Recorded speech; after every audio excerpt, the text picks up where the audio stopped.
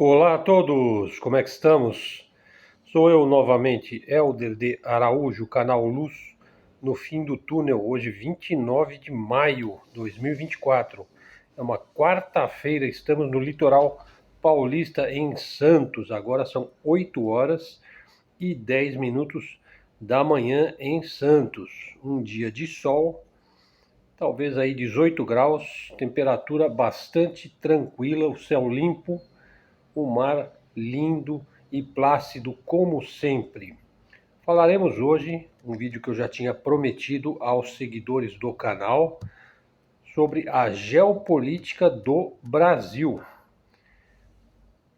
Então vamos lá, a geopolítica, a disciplina geopolítica, foi parte da vivência acadêmica da Escola de Comando e Estado-Maior do Exército Brasileiro, como disciplina oficial do currículo na formação do oficialato das Forças Armadas Brasileiras desde a década de 1920, sobretudo no início sob a influência do primeiro mestre, do primeiro professor importante de geopolítica, que foi o professor e autor Backheuser. Backheuser. Se escreve Backheuser, Bakheuser, né? Mas o alemão fala Heuser, né? Foi uma necessidade aí do exército brasileiro em nortear-se frente às incessantes mudanças no contexto mundial das nações. Veja, isso foi logo após a Primeira Guerra Mundial. Ou seja, a classe militar brasileira, e precisaria de um vídeo só para falar da formação da classe militar brasileira, porque isso vem desde antes da chegada até da corte portuguesa ao Brasil. Ela se formou de maneira mais profissionalizada na Guerra do Paraguai, né? E também ali nas guerras do período regencial, né? E depois, vocês viram a proclamação da República, foi dada pela elite militar brasileira, que era então uma elite maçônica, né? Então aí, 1920, veja, o mundo já tinha vivido a Primeira Guerra Mundial, e sem uma estratégia geopolítica, qualquer preparação para o futuro poderia se tornar débil. O Brasil poderia estar muito fragilizado sem uma doutrina de segurança nacional, sem uma estratégia política, sem uma estratégia geopolítica, né? Então aquilo começou lá na década de 20, já nos anos 30, nos anos de 1930, ou seja, já sob Vargas, né? Nota-se uma crescente participação dos analistas geopolíticos nos rumos que orientaram o desenvolvimento militar brasileiro. Destacou-se então a figura do general Mário Travassos, que foi o grande mestre daquela década, eminente palestrante aí na Escola de Comando e Estado-Maior do Exército, na ECM, né? Escola de Comando e Estado-Maior do Exército, por mais de 20 anos. Essa escola fica ali na Praia Vermelha, né? No Rio de Janeiro, até hoje, né? A Escola de Comando e Estado-Maior do Exército. Vivíamos então imerso aí no contexto pós-revolucionário aí do governo de Getúlio Vargas, né? Num tempo em que a competição aqui pela hegemonia sul-americana, o contexto, digamos, a disputa ou a competição entre Brasil e Argentina era muito grande, era muito maior do que hoje, por exemplo. Era uma competição muito mais franca, né? Pela hegemonia sul-americana. E o Travassos, o general Mário Travassos, ele indicou o caminho que se deveria seguir, né, no sentido de dotar a política externa brasileira dentro de uma perspectiva internacional. Ou seja, o Brasil ele já estava imbuído daquele sentido que caracterizou o Itamaraty, o Ministério das Relações Exteriores, a diplomacia brasileira como respeitadora, comedida, equilibrada, isenta, imparcial, né? Respeitadora para com a soberania das nações vizinhas, né? O Brasil tem uma certa tradição, um certo prestígio na área diplomática. Isso é conhecido, isso é sabido. Nesse sentido, o Travassos explicitou a necessidade de incrementar a influência brasileira em certas regiões do continente sul-americano, possibilitando ao Brasil promover meios, construir obras, não depender dos vizinhos no tocante à utilização de vias fluviais.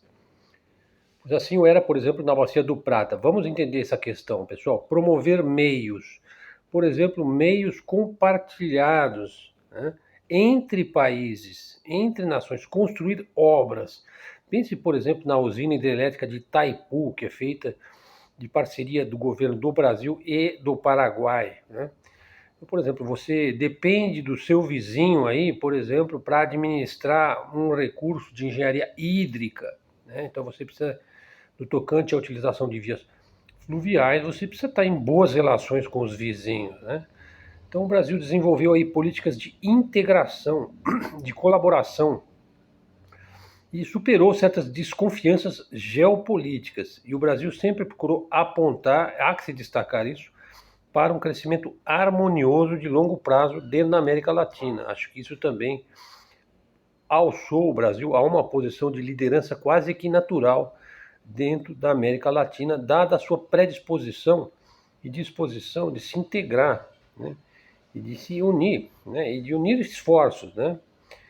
Hoje, por exemplo, nós já temos aí alguns traçados, por exemplo, no setor de transporte, né, no modal de transporte, por exemplo, no sentido leste-oeste, no território sul-americano, né.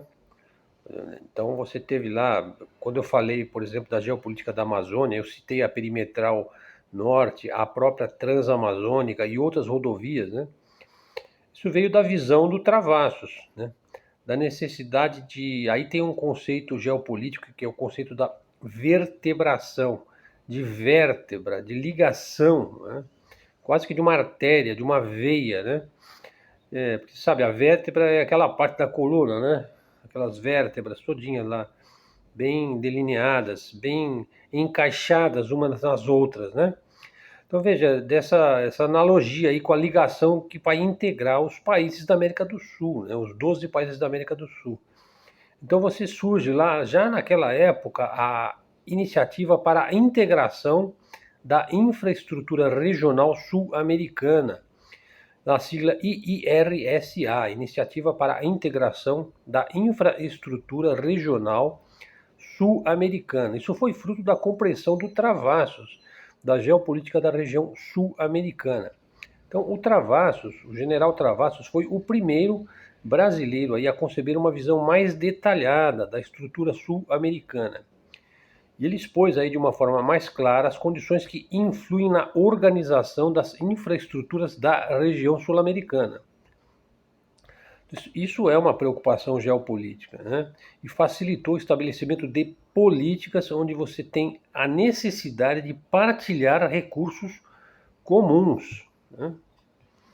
Um aspecto importante aí que teve origem na obra do Travassos, mexeu aqui, foi a marcha brasileira em direção ao interior, que é um processo que estava ainda se consolidando, e até hoje está se consolidando esse processo, né, da ocupação do interior. Por exemplo, Brasília ela veio no bojo dessa marcha em direção ao interior, né, a construção de Brasília. Ela fez parte, né, dessa ideia de que o Brasil deveria, porque o Brasil estava todo concentrado no litoral, né. E aí você teve lá o plano de viação nacional. E a ideia, então, era dotar o Brasil de uma rede viária, né, possível, né, uma rede viária necessária, face ao grande desafio imposto pela geografia, né. Então basta que você olhe aí o mapa do relevo brasileiro para se ter uma ideia do desafio, do grande desafio aí para você dotar o Brasil de grandes rodovias e em menor quantidade ferrovias, né? Inclusive lá na biblioteca da Academia Militar das Agulhas Negras tem um mapa do relevo brasileiro em alto relevo, né? Que é muito visitado ali, né? Na verdade foi feito com a liderança do Travassos. E com relação aí ao mundo amazônico, veja, eu já falei isso num vídeo só dedicado à geopolítica do Amazonas, né? Aliás, 2 vídeos do canal eu dediquei à geopolítica da Amazônia. Ao tratar da cobiça internacional em relação ao mundo amazônico, que inclusive é uma zona de fricção na região norte da América do Sul, né? O Travassos chamou muita atenção para essa questão amazônica. Passou a ser uma questão vital para o Exército Brasileiro. Então eles estabeleceram lá uma série de planos e de políticas, tanto militares quanto civis, né, que vieram ao encontro aí da necessidade de se desenvolver a Amazônia, a fim de sedimentar a soberania sobre seu imenso território. Eu dediquei 2 vídeos a esse tema, hein? De uma maneira similar, um pouquinho depois, o general Golbery do Couto e Silva, aluno, né, e contumaz palestrante lá da Escola de Comando Militar, né, tomou algumas das mais sólidas iniciativas nacionais no que tange à geopolítica brasileira. Golbery foi um grande geopolítico brasileiro, hein? A preocupação com a geopolítica nacional foi ainda mais, talvez ainda mais intensa do que sob o general Mário Travassos com o Golbery, né? Na verdade, o Golbery ele quis dar um voo mais alto, alçar o Brasil à condição de potência mundial. E você não faz isso sem uma clara doutrina geopolítica, né? Dessa forma, aí já em pleno regime militar, né, a política externa brasileira no regime militar, sobretudo até o general Médici, teve características fortemente influenciadas pela influência do general Golbery, né? Por exemplo, no caso do governo Marechal Castelo Branco, observou-se aí, ainda naquele momento, uma submissão muito grande aos Estados Unidos, né? Fruto aí da análise do Golbery, né? Que inseria o Brasil na época no conceito de o Brasil ele tem que estar junto com os Estados Unidos por causa do sistema defensivo ocidental. Quer dizer, essa questão da ocidentalização do Brasil, esse conceito aí está superado, né? Uma vez que esse ano e o ano passado foi muito comum aí na mídia a ideia de que o Brasil não faz parte do Ocidente, né? Então ele faz parte do que, né? Do Sul global, né? E o Sul global é emergente, é multipolar, mas enfim, aí já são conceitos do século XXI. O fato é que essa percepção aí está obsoleta, né? Sobretudo com a queda da União Soviética em 1990 e 91, né? Com a queda da União Soviética, você precisa então de ter um sistema defensivo ocidental. Nós vimos que sim, né? Que a OTAN se expandiu e tudo mais, e aquele papel desempenhado do ponto de vista geopolítico pela União Soviética, hoje é desempenhado pela Rússia, que está em busca de sua soberania e independência em relação às pressões ocidentais para a liberalização, né, dos costumes e das leis russa e das convicções da sua própria civilização, né? Eles tentam fustigar a Rússia de toda forma possível e imaginária. E então a gente vê esse processo aí que volta e meia, volta à baila aí, em função de um certo neomacartismo, né, e de uma adesão automática aos interesses dos Estados Unidos, né, a gente vê que nós estamos vivendo uma Guerra Fria 2.0, talvez até mais intensa do que a Guerra Fria lá da época do macartismo, né? Naturalmente que os interesses dos Estados Unidos não são os interesses do Brasil, né? Basta você estudar um mínimo de geopolítica para você ver que cada Brasil tem o seu próprio interesse, né? Então é necessário ter essa integridade, essa autonomia, essa soberania, né? Por exemplo, a ideia de você ver a Rússia e a China de um modo hostil, né, não coaduna com os BRICS e com o crescimento de um mundo multipolar, mas quem vai ser o Brasil no mundo multipolar, né? Agora, vocês vejam, eu fiz aí, falei bastante a respeito da generala aí, né, da Laura, do porta-aviões aí no Atlântico Sul, enfim. Mas voltando ao tema o tema da história da geopolítica no Brasil. Veja, nos governos do presidente Costa e Silva e do presidente Médici, e sobretudo do Emílio Garrastazu Médici, foi possível reconhecer a intenção de alçar o Brasil a uma situação de potência, né? É uma ideia amplamente difundida pelo general Golbery, né? Ele queria realmente que o Brasil tivesse essa missão, essa destinação. Daí ocorreu um natural afastamento político dos interesses dos Estados Unidos. E vieram planos aí econômicos. Foi a época do milagre brasileiro, e onde se construiu boa parte da infraestrutura brasileira, né? Hidrelétricas, rodovias, portos, aeroportos, hidrovias. Foi uma época de uma pujança econômica e industrial absolutamente fantástica na história do Brasil, e de certa forma uma continuação daquilo que o Getúlio Vargas tinha feito lá na década de 30, né? Desde a década de 20 e 30, né? O regime militar, então, ele se vincula a essa ideia de um Brasil desenvolvido, potente, né? Uma outra iniciativa aí que teve raízes profundas no pensamento do Golbery foi a ideia de marchar para o oeste. Veja, o fato que propiciou a expansão da fronteira agrícola.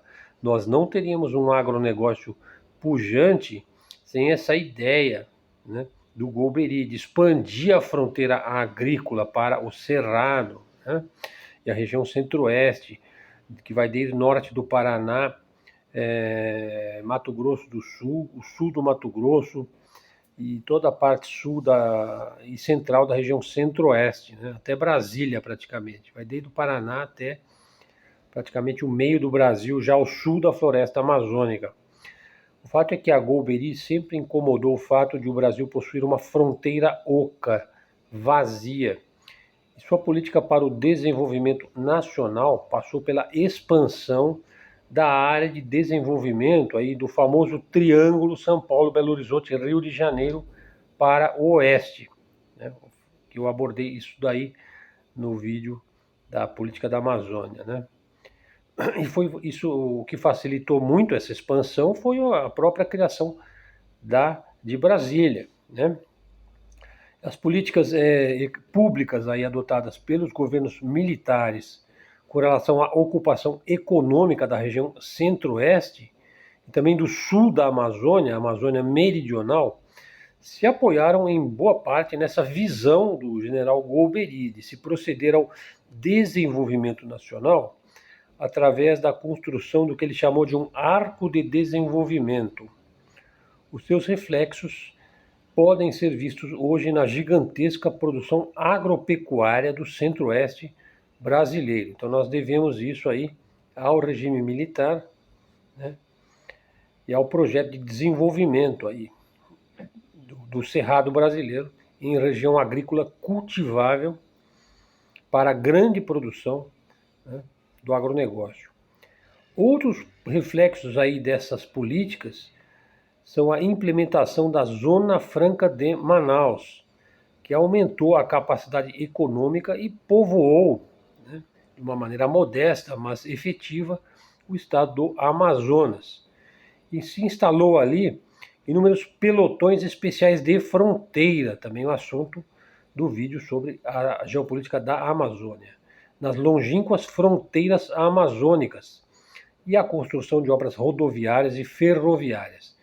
Da mesma forma, os projetos de extração mineral, por exemplo, o projeto Carajás, né, são advindos aí da mentalidade do Golbery, de sedimentar a soberania sobre a Amazônia através de seu desenvolvimento econômico. Por fim, dando um panorama assim resumido da geopolítica do Brasil, a contribuição da professora Terezinha de Castro, o mérito de ter exposto a necessidade de se resguardar os direitos nacionais com relação à Amazônia e com relação a seu entorno estratégico, sobretudo no que diz respeito aos seus limites lá na Cordilheira dos Andes e ao próprio domínio litorâneo aí da região do Atlântico Sul. Quanto à Amazônia, a eminente professora e tantas vezes palestrante na escola militar lá da Praia Vermelha, né, do comando militar, afirma, né, a soberania só estará assegurada no Brasil através de um sólido projeto de preservação e desenvolvimento da Amazônia. Dessa forma, o projeto Calha Norte, mesmo não sendo diretamente decorrente de seus estudos, né, da Terezinha, é fortemente influenciado por seu legado. Possibilita a assistência ao homem amazônida, no local onde ele deve ser fixado, que é a floresta. Dessa fixação do homem à floresta e do desenvolvimento regional decorreria a soberania, segundo a mentalidade reinante na geopolítica tradicional brasileira. Quanto à questão do Oceano Atlântico Sul, aí, do Atlântico Sul, do oceano, os estudos da professora reforçaram a urgência de se formar a ZOPACAS, Zona de Paz e Cooperação do Atlântico Sul, criada aí para promover a cooperação regional e a manutenção da paz e segurança na região do Atlântico Sul. Veja como é necessária essa discussão hoje, hein? Quando a gente teve a visitinha aí do porta-aviões, né? Da generala Laura, né? O fomento da criação dessa discussão, né, de uma zona de paz e cooperação do Atlântico Sul é necessário, sobretudo para reduzir a influência e a capacidade de influir de potências estrangeiras cobiçosas na região. Ressalta-se também o cuidado que devemos ter não só com os Estados Unidos, mas com qualquer país, inclusive com países aliados, né? Por exemplo, a China é um país que adquire grandes quantidades de terra na África, né? Ou veja só, por exemplo, a movimentação aí das marinhas estrangeiras nas águas do Atlântico Sul, né? Repetindo, como nós já vimos nessa semana, os exercícios comemorativos, né? Com a presença aí do porta-aviões norte-americano. Percebe-se ainda a influência da Terezinha de Castro nas iniciativas brasileiras com relação às questões antárticas. Essa é uma questão que eu acho da maior importância, né? Desde a década de 50, a pesquisadora procurou reforçar a importância para o Brasil, a importância de investir na manutenção de uma política contrária à ocupação econômica do continente gelado do Sul, né? Com a clara inclinação para uma, vamos dizer assim, uma distribuição, né, entre os países do hemisfério sul da Terra. Então, veja, a Terezinha propunha que quem deveria pensar, né, na questão antártica era o sul global, né? O norte deveria cuidar lá do norte e o sul deveria cuidar do sul, né? Daí então ela foi uma das mentoras aí da construção da Estação Antártica Comandante Ferraz, né? A EACF, a Estação Antártica Comandante Ferraz, que está localizada lá na Antártida, né, na Península Keller, e ocupa uma área de 4.500 quilômetros quadrados, pode abrigar 64 pessoas. Essa estrutura, então, ela pertence ao governo brasileiro, né, e contém lá um heliporto, um auditório, tem alojamentos, laboratórios, depósitos, oficinas, bibliotecas, salas de lazer, enfermaria, sala de comunicações, ginásio de esportes, cozinha, refeitório, enfim, é um local para fazer basicamente pesquisas na região antártica. E ali é um dos locais mais bem desconhecidos ainda do grande público, né? Tem muitas teorias da conspiração também ligados à Antártida ou Antártica, né? Porque, bom, tem muitas teorias aí, a gente pode abordar algumas delas. Por exemplo, ali se constituiu um local bastante grande ali que foi dominado pelos nazistas, né? Na época da Segunda Guerra Mundial, houve muitas expedições nazistas à região da Antártica, né? E, enfim, existe ali o bloco, né, de gelo intransponível praticamente. Há quem acredite que a Antártica é muito pouco conhecida e muito pouco explorada. Uma outra teoria é que os discos voadores, né, os famosos OVNIs, teriam uma base lá no subsolo da Antártica.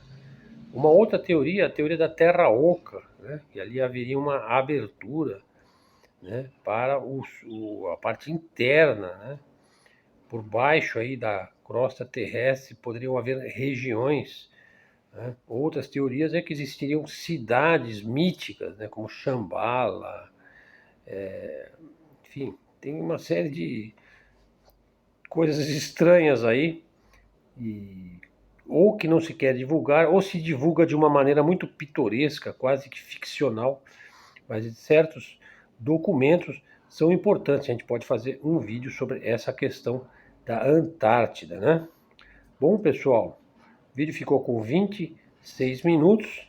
É um vídeo mais didático de história da geopolítica brasileira, fazendo um apanhado final aqui, já na parte final do vídeo, né? Houve um segundo ataque esta semana do gabinete sionista e messiânico aí do Netanyahu, né, na região de Rafa, né, para onde eles obrigaram palestinos, famílias palestinas, civis, né, pessoas em situação de refugiado, né, para essa região de Rafa. E depois, então, de uma maneira hedionda, dantesca, né, atacaram os refugiados, deslocaram ele para uma região e depois tocaram fogo em cima, uma coisa absolutamente bestial, né? E depois disso, o Netanyahu pediu desculpas, né? Você vê que ele... E depois atacou novamente. Depois que ele pediu desculpa, atacaram novamente, o que mostra que ele não tem domínio algum sobre suas próprias ações, é de uma hipocrisia absoluta, como é próprio da mentalidade revolucionária e é próprio também do fundamentalismo religioso, né? Na Europa permanece aquele impasse com relação à Ucrânia e a cimeira que eu chamei de bobeira da Suíça, né? O senhor Zelensky está tendo um grande protagonismo, né? Que é um absurdo, porque ele já deveria ter convocado eleições, quer dizer que isso dificulta ainda mais o projeto de se fazer um tratado de paz, né? Porque é claro que o Vladimir Putin não vai assinar tratado de paz com um ditador, né, com um indivíduo que não foi eleito, com um indivíduo que está usurpando o poder de um país, né? De qualquer maneira, é um queridinho, né, do mundo ocidental.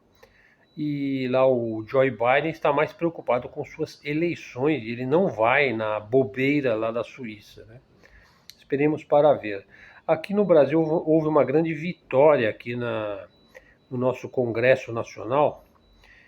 Bom, eu sempre disse que o PT era um país do centrão, né? Ele pode ser tido aí como uma centro-esquerda, um social-nacionalismo, até mesmo uma social-democracia, talvez um pouco mais à esquerda do que foi o PSDB e o Tucanato, né? Mas hoje ele é o centrão, né? Mas de qualquer maneira, o centrão deu as cartas lá no Congresso Nacional e aprovou 3 grandes medidas que podem fazer do Brasil um país mais normal, ou se direcionando à normalidade, né? Que foi o fim do Estado patrocinar coisas como, por exemplo, aborto, né? Então isso aí foi vetado. Outra coisa que se vetou é a criminalização das fake news, né? Fake news não é crime, fazer fake news. No máximo fazer uma piadinha, um meme. Isso faz parte do humorismo brasileiro. Outra coisa é difamar, cometer perjúrio, cometer má fé, né? Mas fake news não é má fé, né? Então, isso foi uma coisa muito importante, pessoal. Essas medidas tomadas aí, né? E que fazem do Brasil um país mais normal. E a terceira coisa é que foi vetada essa coisa da saidinha, né, das prisões brasileiras. Preso não tem que ficar dando saidinha, né? Ele tem que cumprir a pena dele. E a gente tem que melhorar o mecanismo de prender pessoas que são realmente nocivas para o convívio social, né? Então precisa estabelecer muito bem quais são os limites da lei. Uma quarta coisa que também chamou a atenção é que um órgão aí, que parece que tem 200 membros, ele está propondo mudar o Código Civil brasileiro no sentido de normalizar o incesto. Pessoal, é uma questão que já está plenamente normalizada no Código Civil brasileiro. O Código Civil brasileiro é a lei mais importante que o Brasil tem depois da Constituição. É o Código Civil. Talvez eu aborde melhor essa questão. Eu quero saber o seguinte: quem que enfiou esse negócio aqui dentro do Brasil de normalizar incesto? Quem que está por trás disso? Quem que está pagando para isso? Quem que está propondo discutir isso? Isso não tem que ser discutido nem debatido. Isso já está debatido, já está normalizado, né? Não se mexe na questão da família e daquilo que preserva a coesão familiar e social, né? Então vamos abordar essa questão também. Bom, o vídeo já está longo. Pessoal, muito obrigado aí pela sua presença no nosso canal. Prestigiem o canal de mídia alternativa, de mídia independente, canal de livre expressão e livre comunicação. Dá um like, traga um seguidor para o canal está crescendo de maneira natural, sem nenhum sensacionalismo, sem clickbait, sem fake news, né? Nosso canal é totalmente calcado aí na realidade, né? E na sinceridade. Pessoal, então se você quiser ajudar o canal, não se acanhe, né? Dá aí um realzinho aí, faz um Pix para a gente poder investir no nosso canal. Então é isso. Sendo o que tínhamos para hoje, agradeço aí a sua presença. Até a próxima e fiquem com Deus.